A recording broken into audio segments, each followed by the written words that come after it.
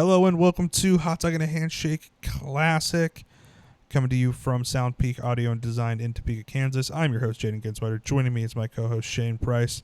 Shane, you ready to get into some WWE this week? It's 12:15 in the morning, so I'm gonna say I believe so. Yeah, we haven't gone back to WWE for a minute. We've been doing kind of a tour of some other companies, but we are going to WWE SummerSlam 2015. So as we get to SummerSlam this year is coming up. That'll be this weekend as this was released. We thought we picked this one because this features a very prominent WWE champion versus US champion match, and we saw that earlier this year with Logan Paul and Cody Rhodes. So we thought it'd be fun to take a look back at this one. It took place August 23rd, 2015. In front of 15,702 people in the Barclays Center in New York City, specifically Brooklyn. On the call, we have Michael Cole, Jerry Lawler, and JBL. So, ready to just kind of hop right into this, or do you have any thoughts before we go? I'm ready. Let's go. All right.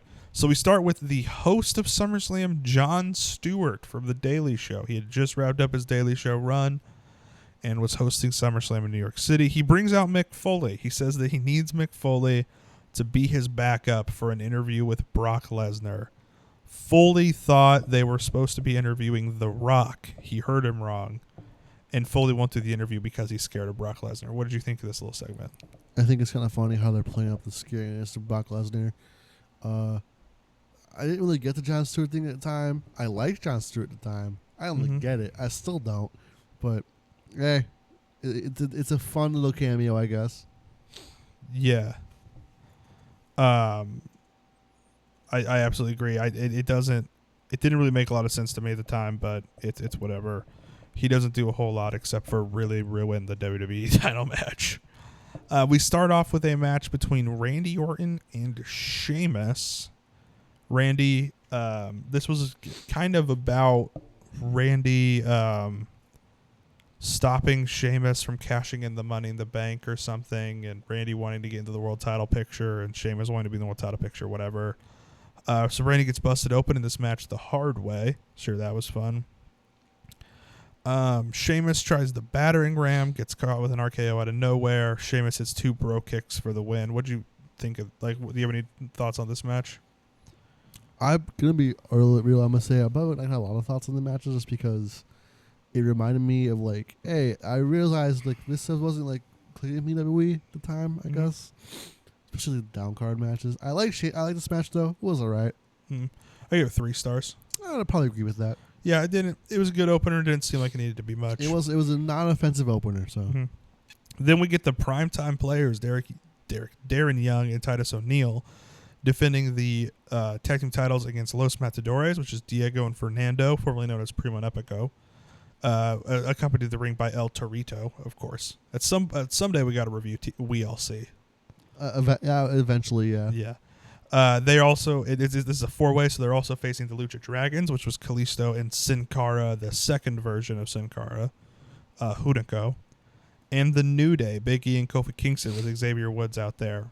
In a pre-match promo, we have the New Day say that New York doesn't know anything about hip-hop because this was heeled New Day, so they were trying to get under the fans' skin. And that's just a blatant lie. Yeah. It just amazing logic here because this is the kind of tag team 4-way where only 2 men are legal at a time, and you can tag in anybody, right? So to start the match off, we have Big E and Titus. Kofi tags himself in on Titus and then tries to just lay down for Big E because then they would win the title. Legitimately, that is to me one of the spots of the night. It's one of the spots of the decade. It is. It's one of the smartest spots in wrestling history. It is legitimately I've never seen it done anywhere again. Mm-hmm. I can't believe that. Yeah, because this is easily the biggest heads-up wrestling move. It should be the strategy of that kind of 4-way. That's why it makes way more sense to just have 4 guys legal at a time. Whatever, doesn't matter. Titus breaks it up. Did you notice in this match that Kalisto did a back handspring without using his hands? Yes. Big E throws Kalisto at the ropes, and Kalisto flips over like he's going to do a back handspring, doesn't use his hands, just bounces off the ropes and bounces back up into a standing position. It was insane. Woods rambling like a madman was just absolutely amazing. And then at one point, Woods destroys El Torito. This was an insanely fun match. The New Day end up winning the tag titles. What did you think of this match? I liked it. I honestly had so much fun. I really did like this match. I think it was I didn't know the effects coming into it. Yeah. But really, I was very impressed. Yeah, I give it 3.5. Yeah, I say 3 3/4. Yeah, I thought Los Matadores did well. I thought the Pride Tag Players did well. I will say I would agree. I was very surprised by Primo and Epico there. Yeah, I thought they did pretty well.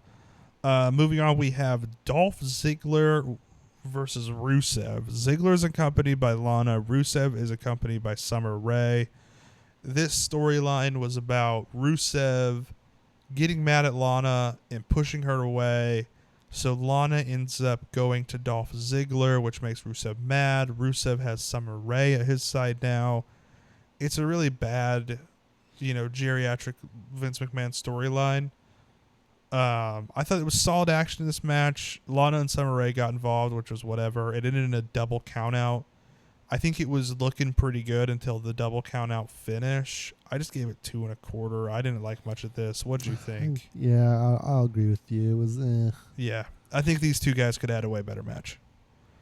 Then we get King Barrett and Stardust, not Cody Rhodes. Stardust. Yes, not Cody Rhodes. Yes. Versus Neville and Stephen Amell of Arrow. Stephen Amell, who recently we talked about on our podcast because I drafted him in our company draft to be my celebrity. The opening video package was kind of odd because I don't think anyone involved in producing it had ever read a comic book. Well, yeah. It looked like the people, like someone who's never read a comic book's idea of what a comic book is. You know what I mean? It just didn't look quite right. Stephen Amell, not bad. He's no Bad Bunny. He's no Logan Paul, no Pat McAfee, but he's not bad. At the time, I remember everybody being really surprised. And I was too at the time. I mean, this is a celebrity coming in and shocking the world. So, Absolutely. Neville hit a reverse Phoenix Splash from the middle rope, which I thought looked really cool. Neville hit a Red Arrow on Barrett. I thought Barrett and Stardust did pretty good in this match. They were there to be the, comic book villains. They were there to be, the villains of the week and get beat up by the heroes and then just get kicked out. I kind of liked that dynamic of it. As a match, I'm going to give it 2 3/4. Okay, yeah, I can see that. Yeah, you can give it 2 3/4 as well, or I'll probably bump up to a 3. up to 3. And then I wrote here, if you were going to have 10 matches on a pay-per-view, you cannot have 5 minutes of video packages between each match. Just a note for WWE, because this was nearly 4 hours long. And it's only 10 matches. It's insane. Then we get a triple threat for the Intercontinental title between Ryback, who is the champion, the Big Show, and the Miz. Ryback wins the match. He took advantage of the Big Show, knocking out the Miz. This was a not good match. I don't think it's insanely bad, but not pay-per-view quality at all. I gave this 2 stars, and I think I might be being a little generous. I'll give it 1.5, honestly. I mean, do you remember much of anything from this match? Nope. Neither do I. But then we get into a pretty solid section of the card here, because we get Dean Ambrose and Roman Reigns, a little mini 2-man Shield reunion versus Bray Wyatt and Luke Harper. And this is a really interesting match to look back on. Because, for one, Roman Reigns is a completely different Roman Reigns now, right? And, of course, we've lost Bray Wyatt and Luke Harper. Rest in peace to them. But they were completely different characters at the end of their careers than they were here, right? Yeah. No, yeah. The biggest thing, though, to me, Dean Ambrose and Jon Moxley do not feel like the same person. No, they aren't. They never were. Yeah. I think sometimes people just think of Dean Ambrose as a watered down Jon Moxley. No, he's a completely different man than Jon Moxley. It's the same guy, just completely different characters. And I always just kind of forget that. This was a solid match. I think they could have done a little bit more, maybe given a little bit more time potentially, because it didn't feel like this match didn't feel like it went crazy long. How long do we get on this? We got 11 minutes on this match. Maybe if they were given like 15 or 20, it could have been better. What are your thoughts on it? Again, like, I don't think I remember much of this match. I remember a lot of good Dean Ambrose, Luke Harper stuff. They had some fun chemistry. I really liked that. I did like that, yeah. A couple of former CZW guys. I feel like it's just kind of after that. So I'll give it like 3. 3.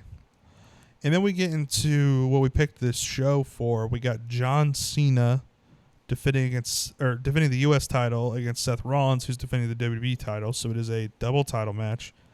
Seth Rollins wearing my favorite wrestling gear of all time. The white gear with the gold lining looked so good. It's such a clean gear. This was a good match. This was kind of surprisingly good for Cena of the era. And maybe that's just Seth Rollins being on a roll at this time.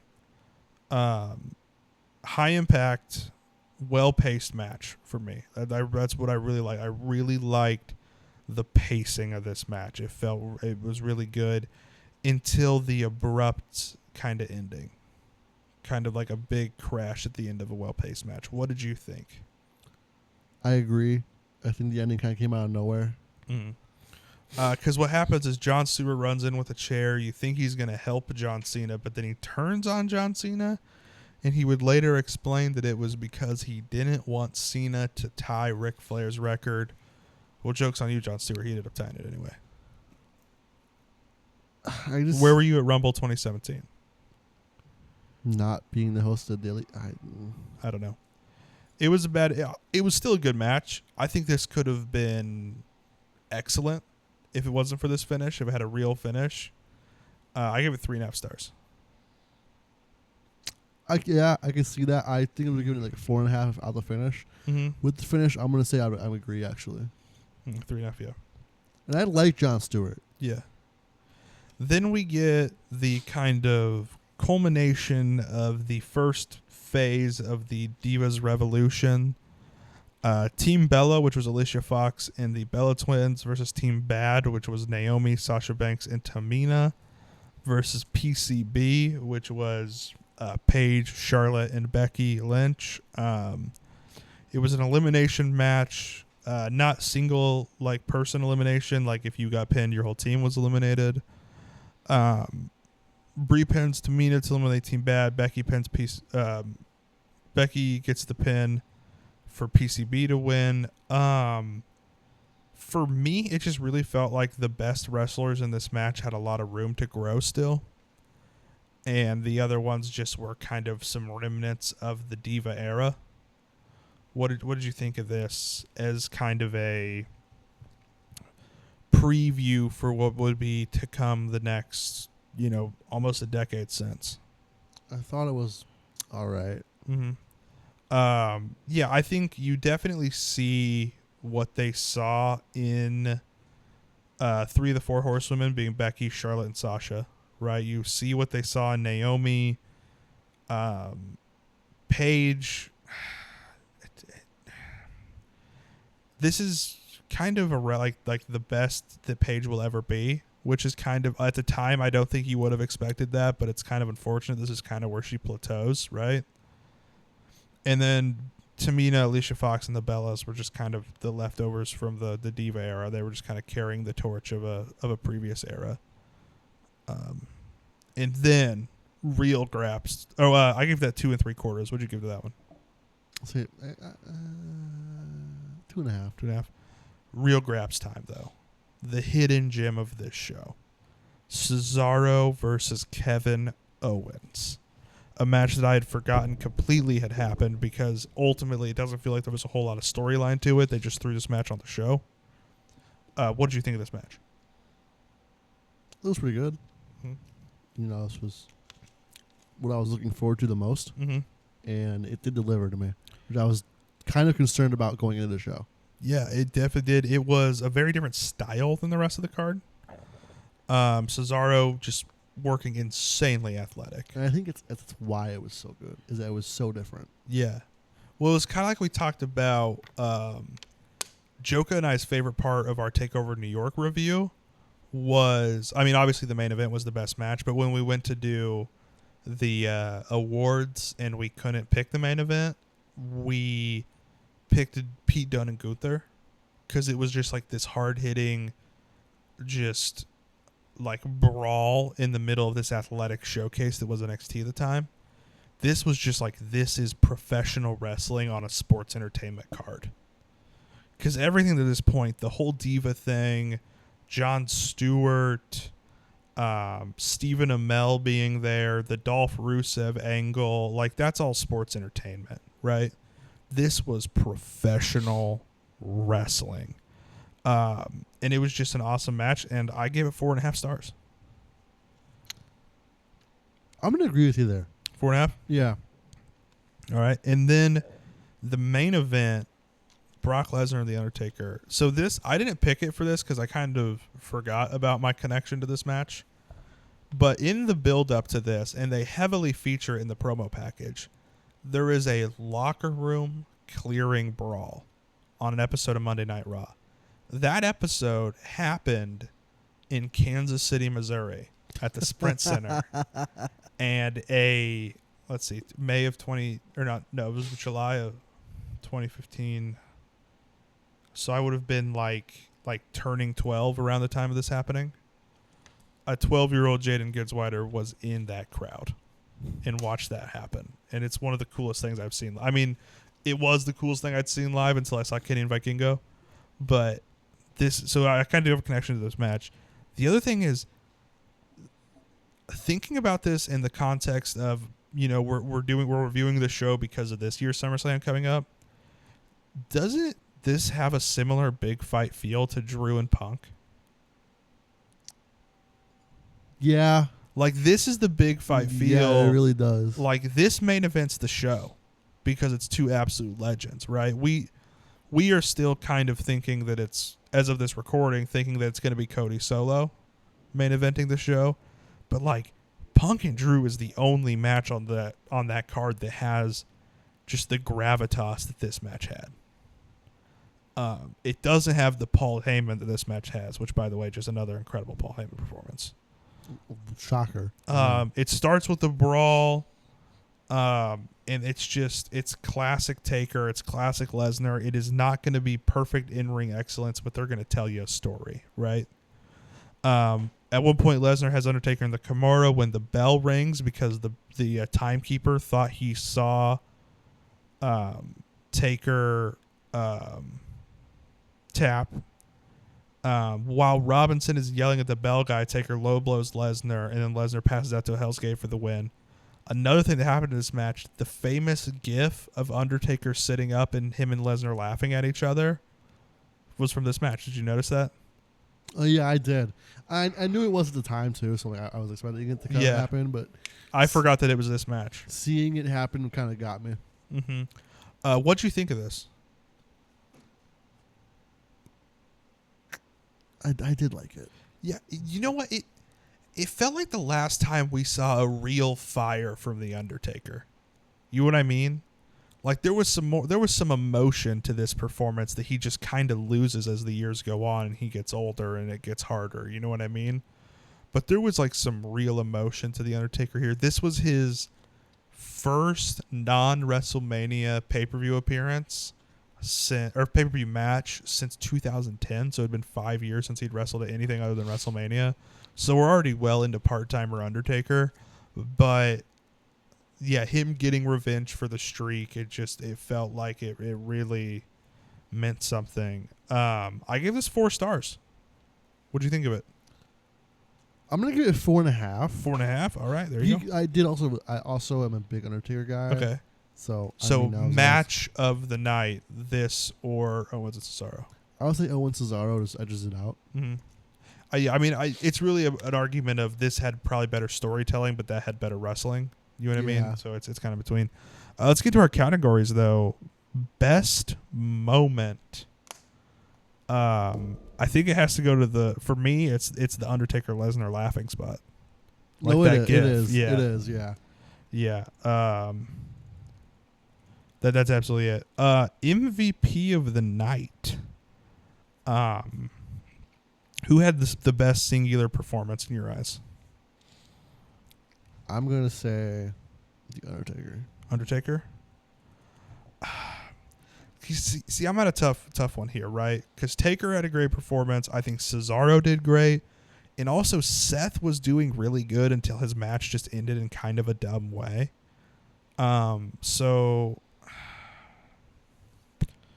for the sake of it, I will agree with you, and we'll go Undertaker on this one. I like that pick. Heat check. Who are you going to give the heat check to? So there's a couple of people who we saw just for short amounts in this show. Who are you giving it to?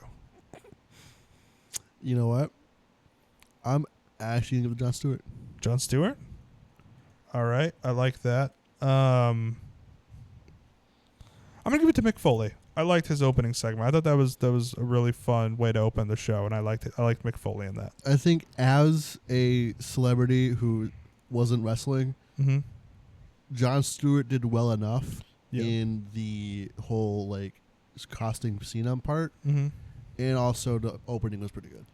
Yeah. For Apex Mountain, I really Is this Jon Stewart's Apex Mountain? yes, it is Jon Stewart's Apex Mountain. I will say think. no. No. What's Jon Stewart's? Is it Big Daddy? It's the Daily Show. It's Yeah, just it's the whole a Daily Daily Show. Daily Show. I thought you were interested in wrestling, but yeah. In wrestling, this probably is, yeah. But yeah, the Daily Show.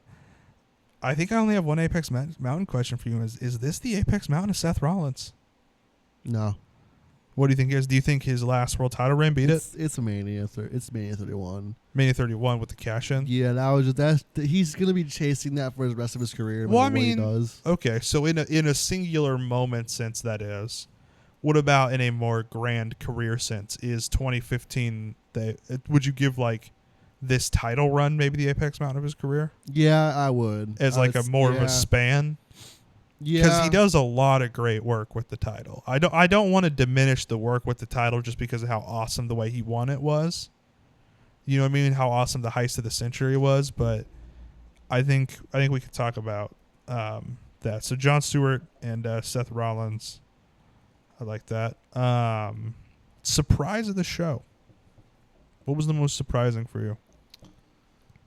I'm gonna go with the tag team match. Tag match? I thought about that because that was a very surprisingly good match. For me, though, I'm going to also give that to The Undertaker. That's fair. I did not expect this kind of performance out of part-timer Undertaker. I did not remember him doing such a good job in this match. Recasting, do you want to recast Lesnar Undertaker or Cena Rollins or what do you want to do here? Let's do Cena Rollins. Okay.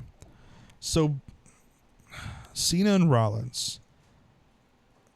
What are we looking at here, right? We're looking at a young guy who is on top of his respected brand. Is the current day version of 2050 Seth Rollins just Swerve Strickland? Yeah, yeah. Okay. So Rollins is Swerve. Now John Cena, a older guy carrying a mid-card title, putting over or building up young talent and then ultimately putting over the younger guy. Does that ring any bells for anybody? Right now, no. I'm trying to think who were the mid-card champions. Christian Cage a few months ago, yes. Okay, we can do it with Christian Cage. So this is Swerve Christian Cage. Did we get that match? I feel like we had to have. Wait a second. Yes, we did. Okay, wait a second. Yeah, because we got that. Was that at a pay-per-view even? Was that at Dynasty? No. Who'd Swerve face at Dynasty? Wasn't it Ospreay? No, that was Forbidden Door. It was Double or Nothing. Swerve Christian Cage. So we actually did just recently get that. So let's try to think of a different analog than Christian Cage. I guess Edge had it. kind of the same way. Adam Copeland. So Swerve Cope or... Because when he was the Cope Open, he wasn't facing the older crowd either. He was facing the younger guys, too. Oh, yeah, because the Cope Open's a perfect analog for the Cena Open challenges he was doing at that time. Oh, yeah, even that, too. Yeah, so this is... And, of course, there's a huge connection between Adam Copeland and John Cena, historically. So, yeah, I'll give that. Swerve versus Adam Copeland is what this felt like. And, I mean, how much of a banger would that have been before Copeland got hurt? Best double feature. Do we want to put a double feature with the Taker Lesnar match or the Rollins Cena match? I'm gonna say Taker Lesnar. Taker Lesnar.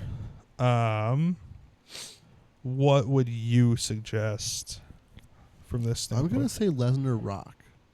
Lesnar Rock. Was that also a SummerSlam match? Yeah. Okay, I like that. I like that. The growth and change in how Lesnar wrestled, I think. I do like that.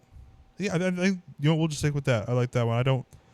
Is there a good Undertaker one we could do beyond like the end of the streak, or? Yeah, I don't really know a good Undertaker analog, like a good Undertaker pairing for this one. Because I think you could go with like the Hell in a Cell match. Which one? Lesnar Taker. Lesnar Taker's Hell in a Cell match. Yeah, that'd be a good one too. That would be a good one too. We'll just leave with Lesnar Rock and see that.